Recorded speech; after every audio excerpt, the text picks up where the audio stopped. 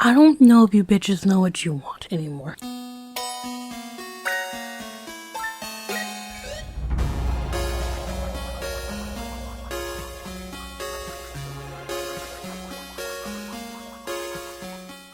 Hi guys, it's Luna and welcome back. Today we're talking about a greater discussion, but this stemmed from this girl on TikTok. Basically, in summary, this girl was just like, hey, I think there should be an easy mode in every game. Sometimes I don't want to play something extremely hard. Sometimes I just want to chill to the game so I can hear the story and be done with it. Now, for some reason, what she said was controversial and a bunch of weird people were almost like feeling some type of way about her saying it and feeling like I guess she's wrong and somehow, and I'm like, that's literally what she's talking about is literally why easy mode exists. Like, different difficulties exist for that reason of like, some people want to play casually, some people don't want to go through a difficult process each time they play it, some people just want to get through it. If you're not good at video games, here's a mode where you're not good at it and you know, you can at least try to gain up so you can get from easy to normal to hard. And that's kind of what those modes are for. And trust me, if we were only talking about that part of it, I wouldn't be making this, but I wanted to expand on something bigger that I was thinking of, because I also saw something else. People acting like it's a forced thing, or people feel like things are forced. Like, I think gamers think they have way more push than they do. Sure, when it comes to a failing company or a very small developer, yeah, you're gonna get somewhere. If you're going to a Sonic, the Hedgehog, and you're being like, I don't like the way your design looks, which, by the way, pure hypocrisy. People being like, you shouldn't fucking force the creators to make an easy mode. Like, you should just enjoy the games that have it and just shut up. But in the same breath, you'll see those same tweets on their same Twitter account. Fucking Sonic looks fucking stupid. Like, we need to fucking change it. Like, I can't even believe. Oh my god, thank god they changed it. It needed to be changed. Don't force, creators to specifically make things to cater to individual people, or rather everybody, but will say shit like that or endorse shit like that of like, I don't fucking like this thing. Listen, we need to change Sonic. He's looking pretty scruffed. And it's like, okay, well, the developers had him looking like that. But I guess because the fans didn't like it, they changed it, but that's okay, well, whatever. People with that sentiment, I can't. Like, the pure hypocrisy, like, shut up. First of all, when it comes to, I'm sorry that this opinion's all over the place, but when it comes to specifically people that ask for stuff like that, first of all, the bitch is just saying shit on TikTok. Second of all, what she said isn't abnormal. That's, again, what the fuck those modes were made for. Was literally people like her. And that's not forcing a creator to do it either. You're not forcing a creator by saying, hey, I want this thing in a lot of games or majority of games. You can't force a creator to do anything. Again, unless they are a small creator or it's a dying franchise like fucking Sonic where they need that money back from their movie. Like, they can't take that loss. You're not gonna get what you want. They're gonna be like, we hear you. We're still making this. We're still putting the time and effort we put into it. Eat our ass. Listen, if we could band together as a collective, especially on TikTok or some shit, or even on Twitter, and get like a super juicy, thick Ganondorf in a maid outfit for any game. It doesn't matter what the game is. It doesn't matter if it's the second Breath of the Wild. It doesn't matter if it's just like a secret unlock, you know what I mean, that you can only get by paying $100. If we can get that just by tweeting it, listen, we do it, but we can't. We know we can't. You have to understand, that's marketing. That's making a game. What are you talking about? Like, you make a game for everybody. That's the point. Or at least everybody in the genre. And that includes the gamers that fucking suck. That includes them. It includes the fucking hardcore gamers who can fucking beat this on super hard mode while like jerking off in my room and sucking, getting my dick sucked off. Like, you got those gamers, and you also have the bitch gamers that can't fucking beat a Mario game without somebody's help. You're making the game for everybody in that genre. And then you're trying to also make the game adaptable to other people that aren't in the genre, so they can either come into the genre or at least play it because it's the hot new thing or whatever, and I'm not saying every fucking designer and every creator does that. Again, a lot of indie creators, even a lot of big name creators, sometimes just make a game like it's just a love project. It's something I just wanted to do. If it flops, it flops. I got the money to have it flop. Or even if you don't, you're just just like, but this is like, you know, my labor of love that I want to put out there. That's also a thing, but that's not everything. That's not even majority of them. Majority of them is like, look, I need to put this in the hands of every person I can to make as much money as possible. If that means playing an easy mode in this game, I'm playing a fucking easy mode in this damn game. What are you talking about? So yes, if a consumer is saying, hey, you know, easy mode would be great for most every game, like if you could just do that, that'd be great. And people are like, yeah, we want more money, we're gonna do that. Why are we getting mad at the bitch? Like, she couldn't fucking stranglehold the company's arm, nor, especially with much money they have, is she gonna be able to? Now thinking about it, it's also a bunch of people talking for the developer or company as if they don't have a mouth at which to speak, or as if they have to make what you want in the sense of every single thing somebody wants. No, they pick and choose what they want to make depending on how much money they want to make, who they want to market to, all of that. They make those decisions. That's why they pay people to help do that. That's why they don't, like, they're not on Twitter every 5 seconds, and they pay people to look at their tweet and shit like that. They care what makes them the most money. And developers who do care, you hear from them. Her making a generalized statement, you're probably not going to hear from individual creators, because it's going to be like, okay, well, you weren't really talking to me directly, and if you meant me, it's not happening, and I don't have to respond to you because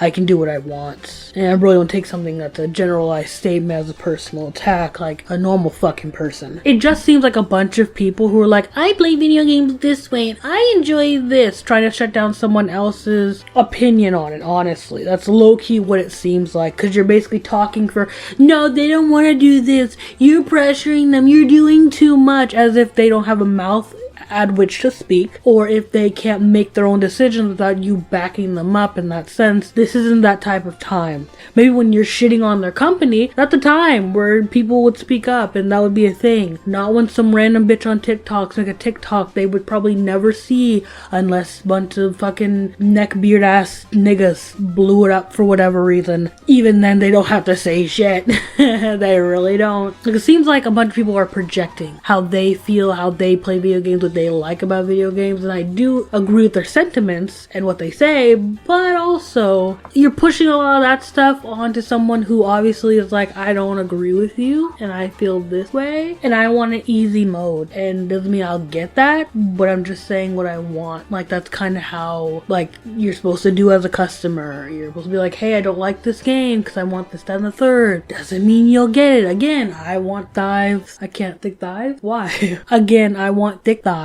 Save lives, Ganondorf with the fatty in the back as either an unlockable character or a costume or whatever in whatever game, and I could make a whole petition for that. I'm not getting what I want because I said that. I'm not getting what I want, unfortunately. I think it's a whole other discussion, honestly, of people thinking they have a bunch of control over creators and creators should have all the control over them, and it's like a whole other topic that I guess we can get into since this video is going to be pretty short if I don't. Even when it comes to outside video game creation and even just artists, I've seen it too much where it's like, hey, you guys are so mean. Artists should be able to do whatever and people should just love it. And I'm so sick of people holding this high standard to fucking this artist because of this or this community because of this. And like, you guys shouldn't be doing that. And it's like, sweetheart, that's how content creation works. If you're making something because you love it, it shouldn't matter what people do. That's how that works. But if you're making something because you want to make money and it's marketable, you're going to have to market to an audience. And yes, they're going to be harsh on your creation. Tough titty. That's how it works. You can't make something that you love and then just get money for free. We've all tried it and we all want that. Talk to every person who's ever made a small business. Most likely they've had like 2 or 3, not all the time, most likely they've had like 2 or 3 or at least 1 or 2 and it failed. Because guess what? Their dream doesn't just give them money because they love it and they love their life every day. That's not how it works. You're gonna have to then have people critiquing your work. You're gonna have to meet expectations, sometimes go above them. You might have to go against the grain because people are going to be hypercritical of you, not just because you're in this fandom or in this community. It's because what you think you've never done before, I promise you someone has, and they've probably done it better than you, and so you're gonna have to go a little bit of above and beyond. And if you don't want to do that, or you feel like you're working too hard and stuff like that, I don't know what to tell you, because again, those same people will then be hypercritical of every other creator around them, just not the ones that can be attached to, in the sense of like a small creator. But every other big name creator, and then took their blood, sweat, and tears to make this, that, and the third. It's like, I don't like your graphics. Your whole thing sucks. I don't like how you did this character. This all sucks. The internet said I shouldn't like you. I don't care. And it's like, there are people outside because they want me to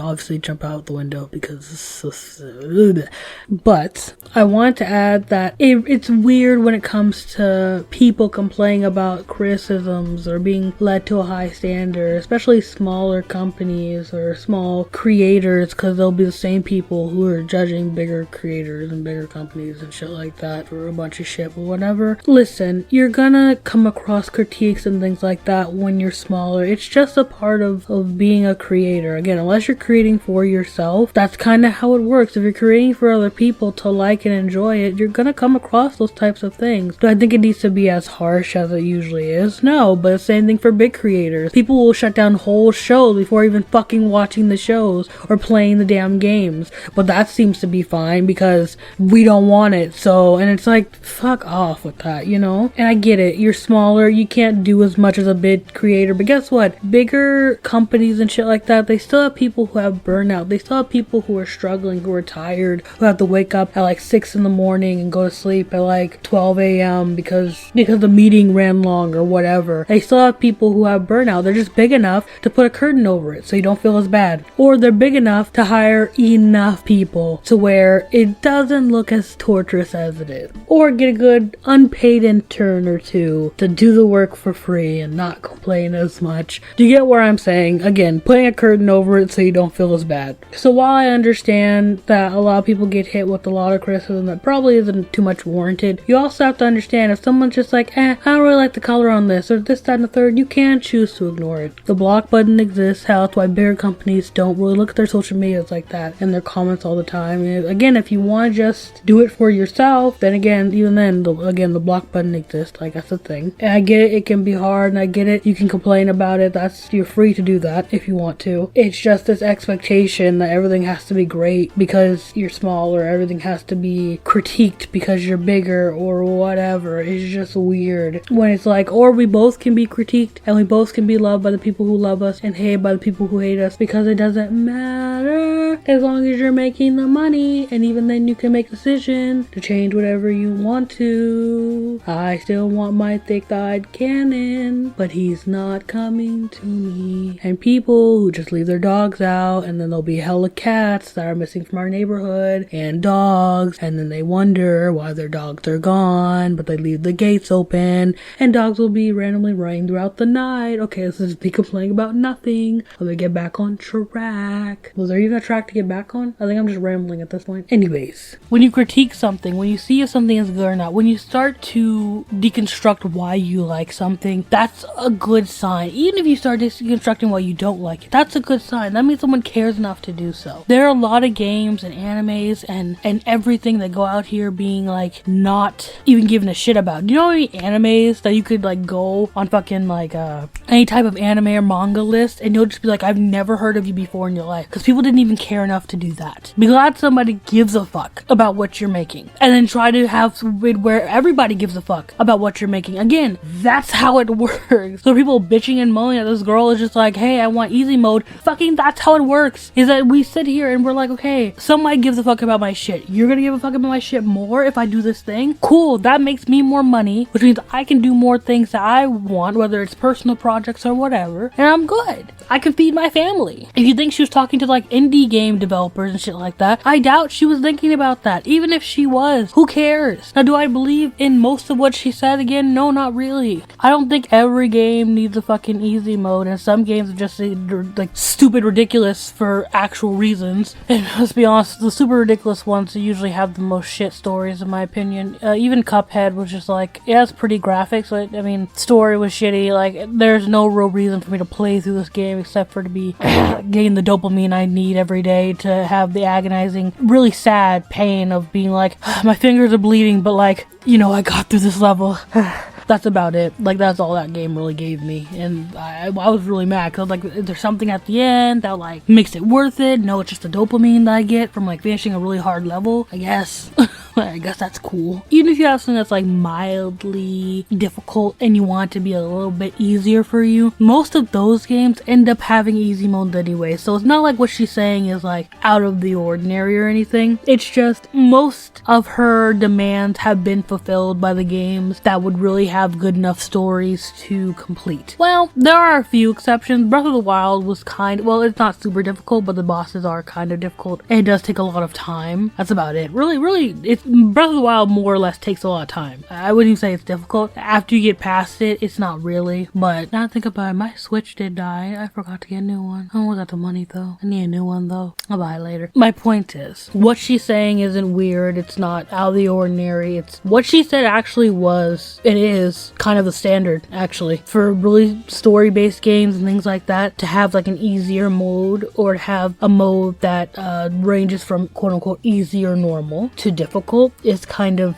it's actually a standard in most cases. So people that are bitching and moaning that she's even talking about this, I'm like, what's she saying? Like, do you guys not, like, what? That's my thing. It's usually people who just play indie games or mainly play indie games. Not even that. Mainly play games that are super difficult that really don't even have stories. I'm like, most story-based games or most games that she's referring to have easy modes, or the game is incredibly easy or simplistic specifically for the reason she's saying, so they can like market to people like her. Like, this isn't abnormal and people are acting like it is, and I'm just crazy, and I feel like I'm crazy because am I missing something? I guess maybe it's changing a little bit where a lot of games don't have that, but most do. And if you're talking about a lot of people are like, well, you could just watch the game and watch a playthrough of it, and it's just like, that's so boring. What? That's like literally saying, why are you spending like $50 on a fucking game when you could save that money? And the first thing people would say was, well, no, I want to really play the game, and I really wanted to have it, in my hands, and